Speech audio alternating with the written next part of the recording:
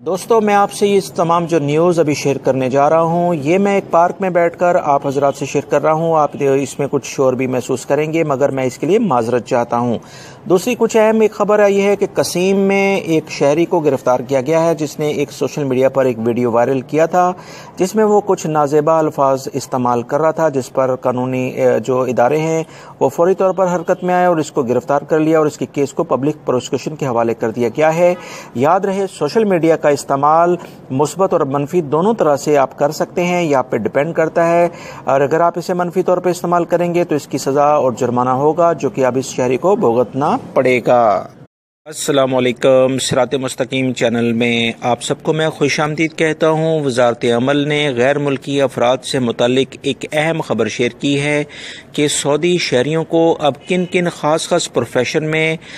جو غیر ملکیوں کی جگہ رکھا جائے گا. اس کی تفصیلات کچھ آئی ہیں جو کہ میں آپ سے شیئر کرنے جا رہا ہوں. دوستو سعودی عرب سے کچھ دن کے لیے میں پاکستان آیا ہوا ہوں, کچھ ارجنٹ ورک تھا اور اسی وجہ سے تھوڑا سا آپ کو پتہ ہے ٹریفک کا شور شرابہ بھی میری اس ویڈیوز میں آپ کو نظر آئے گا,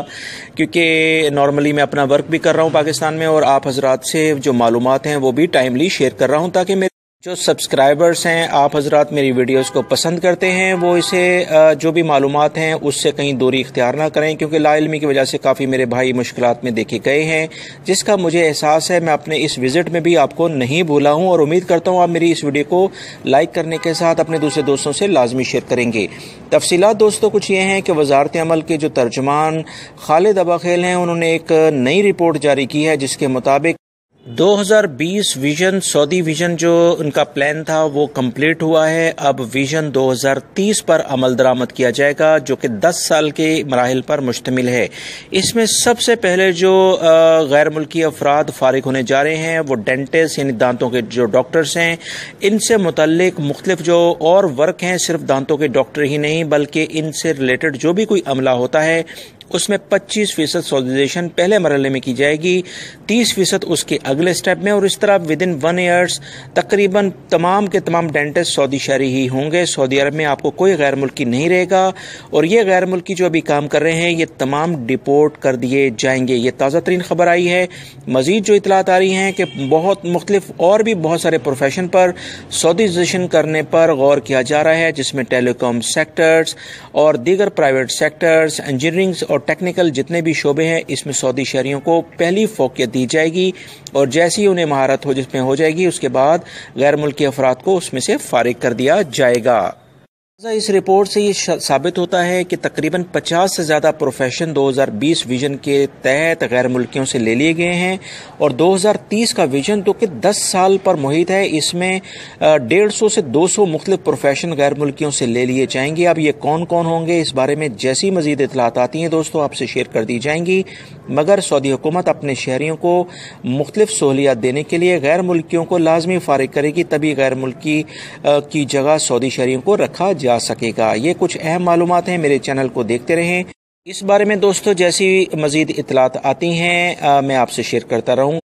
سعودی عرب میں منفرد اقامہ یعنی اقامہ ممیزہ رکھنے والوں کو مکہ اور مدینہ کی پراپرٹی یعنی کہ جائیداد کے سیکٹر میں 99 برس کی مشروط سرمایہ کاری کی سہولت کی اجازت مل گئی ہے. واضح رہے کہ غیر ملکی مکہ اور مدینہ میں پراپرٹی سیکٹر میں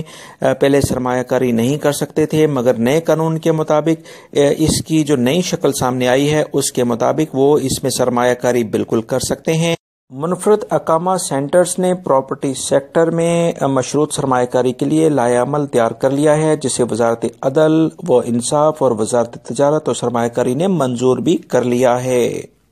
اس نئے قوانین کے مطابق ان دونوں مقدس شہروں میں یا دیگر دوسرے شہروں میں بھی جائیدادوں سے نفع حاصل کرنے کے لیے غیر ملکیوں کو 99 برس کے لیے معاہدے کرنے ہوں گے. ایگریمنٹ باقاعدہ کسی مسند قانونی فرم یا لائسنس یافتہ وکیل کی توسط سے تیار کیا جائے گا. پراپرٹی کے لیے معاہدے کی شرائط منفرد اقامہ سینٹر کی نگران کمیٹی کے اشتراک سے تیار کی جائیں گی. فرقین کے دستخط کے بعد معاہدے کو وزارت عدل و انصاف میں رجسٹرڈ کرایا جا سکے گا. دوستو کسی حکومت کی اپنے عوام سے محبت کا اندازہ وہاں کی جو محکمہ خوراک ہوتا ہے اس کی کاوشوں سے آسانی سے لگایا جا سکتا ہے. سعودی وزارت صحت نے ایک رپورٹ جاری کی ہے کہ مملکت میں گزشتہ 2018 کے دوران غیر مناسب خوراک کھانے کی وجہ سے 191 یعنی 191 کیسز ریکارڈ ہوئے ہیں، جس میں لوگوں کی ہلاکتیں ہوئی ہیں۔ اخبارات کی جو مزید رپورٹ آئی ہے اس کے مطابق نگراں وزارت صحت کے ترجمان نے کہا ہے کہ وبائی امراض کی وجہ سے بھی بڑے چیلنجز کا سامنا کرنا پڑا ہے۔ وزارت کے ذرائع نے کہا کہ غیر مناسب کھانے پینے کی وجہ سے بہت سارے امراض پیدا ہوئے، جسے وزارت صحت نے جامع پروگرام کے تحت نپٹا